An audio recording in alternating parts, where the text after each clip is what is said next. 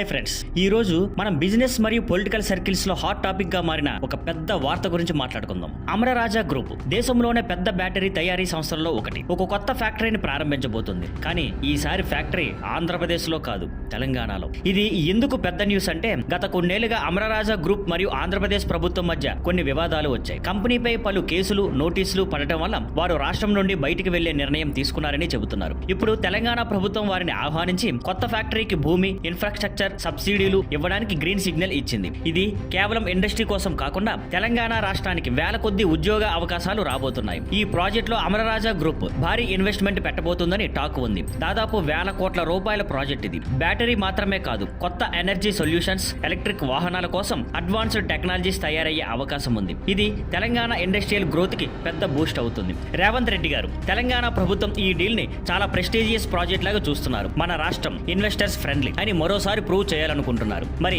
Friends, ఈ నిర్ణయం వల్ల ఏపీకి నష్టం, టీజీకి లాభం అన్నమాట ఎక్కువగా వినిపిస్తుంది. కానీ చివరికి ఇది ఉద్యోగాలు తీసుకొస్తుంది, కొత్త టెక్నాలజీ తీసుకొస్తుంది. ఇది మనకు అందరికీ మంచి విషయం కదా. మీరు ఈ నిర్ణయం గురించి ఏమనుకుంటున్నారు? ఇది పొలిటికల్ ఫలితమా లేక స్మార్ట్ బిజినెస్ మూవ్ అని అనిపిస్తోందా? కామెంట్స్ లో మీ అభిప్రాయాలు చెప్పండి. మళ్ళీ కలుద్దాం స్కైఫ్లేర్ నెట్వర్క్స్ లో మరిన్ని ఇంట్రెస్టింగ్ అప్డేట్స్ తో. See you.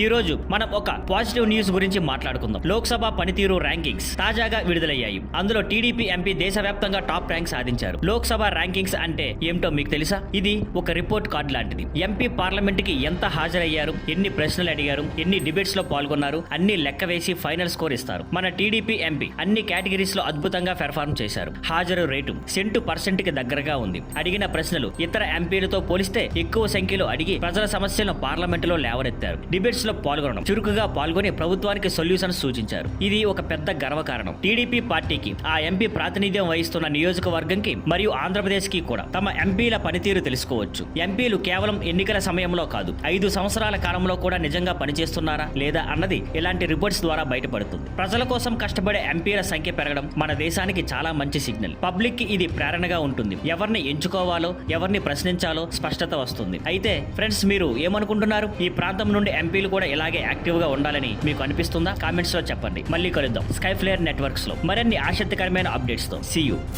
ఈ రోజు మనం మాట్లాడుకోబోయే టాపిక్ చెప్పాము చేశాము, బాబు డెలివర్స్ అగైన్. ఆంధ్రప్రదేశ్ ముఖ్యమంత్రి చంద్రబాబు నాయుడు గారు ఎన్నికల సమయంలో ఇచ్చిన హామీలను ఒక్కొక్కటిగా అమలు చేస్తూ వెళ్తున్నారు. మీరు గుర్తుపెట్టుకోండి, ఆయన ఇచ్చిన సూపర్ 6 ప్రామిసెస్. ఉచిత బియ్యం, పేద కుటుంబాలకు తగినంత బియ్యం సరఫరా చేస్తున్నారు. రైతులకు సపోర్ట్, రైతు భరోసా పథకం కింద సపోర్ట్ ఇస్తూ సాగు కోసం ఫైనాన్షియల్ హెల్ప్ అందిస్తున్నారు. యువతకు అవకాశాలు, స్కిల్ డెవలప్మెంట్ సెంటర్స్, జాబ్ మేళాలు క్రమం తప్పకుండా నిర్వహిస్తున్నారు. మహిళల కోసం ఆర్థిక సహాయం, డ్వాక్రా అండ్ మహిళా సంఘాలకు నిధులు విడుదల చేసి మహిళా స్థాపకులను ప్రోత్సహిస్తున్నారు. వృద్ధాప్య పెన్షన్లు, సీనియర్ సిటిజన్లకు పెన్షన్ మొత్తం పెంచారు. డెవలప్మెంట్ ప్రాజెక్ట్స్, రోడ్లు, డ్రైనేజీలు, డిజిటల్ సర్వీసులు స్పీడ్ లో జరుగుతున్నాయి. ప్రజలు సోషల్ మీడియాలో రియాక్ట్ అవుతూ ఈసారి నిజంగానే వర్క్ అవుతుంది, బాబు చెప్పాడు చేసి చూపిస్తున్నాడు అని షేర్ చేస్తున్నారు. ఇక రాష్ట్రంలో ఇన్ఫ్రాస్ట్రక్చర్ పనులు కూడా వేగంగా జరుగుతున్నాయి. కొత్త హైవే ప్రాజెక్ట్స్, ఇన్వెస్ట్మెంట్స్ కోసం ఇండస్ట్రీస్ డిపార్ట్మెంట్ యాక్టివ్ గా పనిచేస్తుంది. ఈ మొత్తం మూవ్మెంట్ తో ప్రజలలో కొత్త విశ్వాసం పెరుగుతోంది. మరి ఈ పనితీరు కొనసాగితే రాష్ట్ర ఆర్థిక వ్యవస్థకు మంచి బూస్ట్ వచ్చి ఉద్యోగాలు పెరిగే అవకాశం ఉంది. ఫ్రెండ్స్, ఇది మీకు ఎలా అనిపిస్తుంది? చంద్రబాబు గారి ఈ పనితీరు రాష్ట్రాన్ని మళ్ళీ గోల్డెన్ ఎరా వైపు తీసుకెళ్తుందా? మీ అభిప్రాయాలు కామెంట్స్ లో చెప్పండి. మళ్ళీ కలుద్దాం స్కైఫ్లేర్ నెట్వర్క్స్ లో మరిన్ని ఆసక్తికరమైన అప్డేట్స్ తో. See you.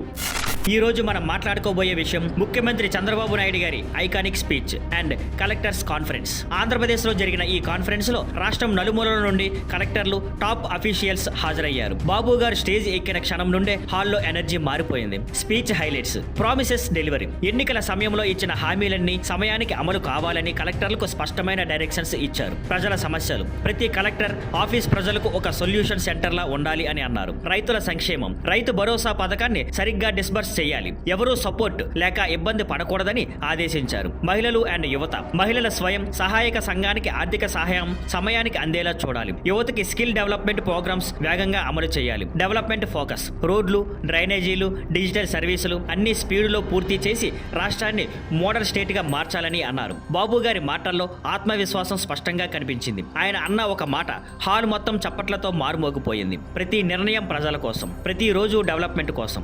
ఈ కాన్ఫరెన్స్ తర్వాత అధికారుల్లో ఒక కొత్త ఉత్సాహం, స్పష్టమైన డైరెక్షన్ కనిపించిందని రిపోర్ట్స్ చెబుతున్నాయి. సోషల్ మీడియాలో కూడా ఈ స్పీచ్ వైరల్ అవుతుంది. ప్రజలు ఇదే నిజమైన లీడర్షిప్ అని కామెంట్ చేస్తున్నారు. ఫ్రెండ్స్, మీకు ఈ స్పీచ్ ఎలా అనిపించింది? చంద్రబాబు గారి ఈ ఫోకస్ రాష్ట్రాన్ని మళ్ళీ గోల్డెన్ ఎరా వైపు తీసుకెళ్తుందనే అనిపించిందా? మీ అభిప్రాయాలు కామెంట్స్ లో రాయండి. మళ్ళీ కలుద్దాం స్కైఫ్లైట్ నెట్వర్క్స్ లో మరిన్ని ఆసక్తికరమైన అప్డేట్స్ తో. See you. ఈ రోజు మనం మాట్లాడుకోబోయేది అమరావతి ఐకానిక్ బ్రిడ్జ్ డిజైన్ కి ఫైనల్ గ్రీన్ సిగ్నల్ వచ్చింది. చాలా సంవత్సరాలుగా పెండింగ్ లో ఉన్న ఈ ప్రాజెక్ట్ ఇప్పుడు స్పీడ్ గా ముందుకు కదులుతోంది. గవర్నమెంట్ తాజాగా డిజైన్ అప్రూవ్ చేసి టెండర్ ప్రాసెస్ ప్రారంభానికి గ్రీన్ సిగ్నల్ ఇచ్చింది.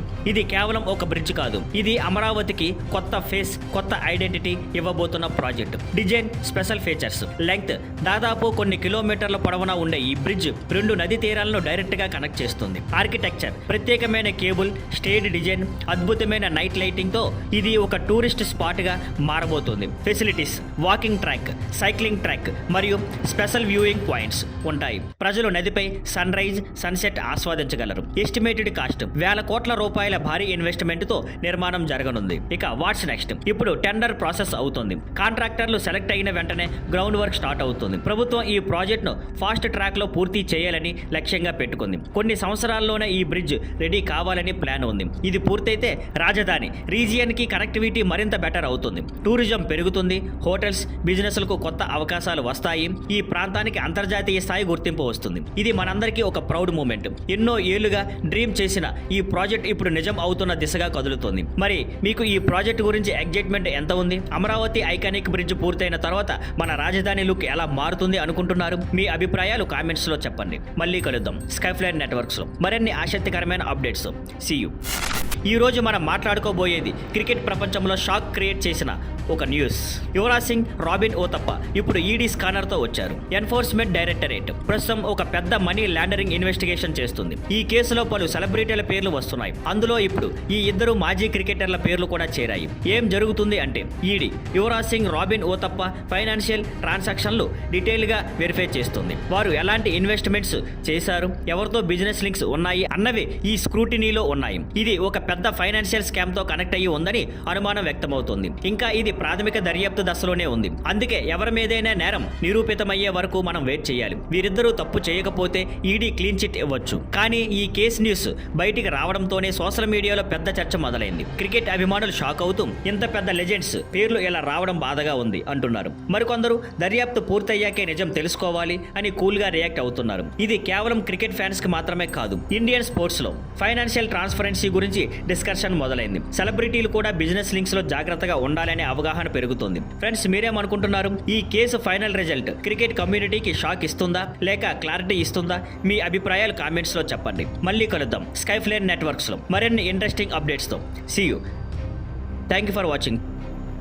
Please like, share and subscribe.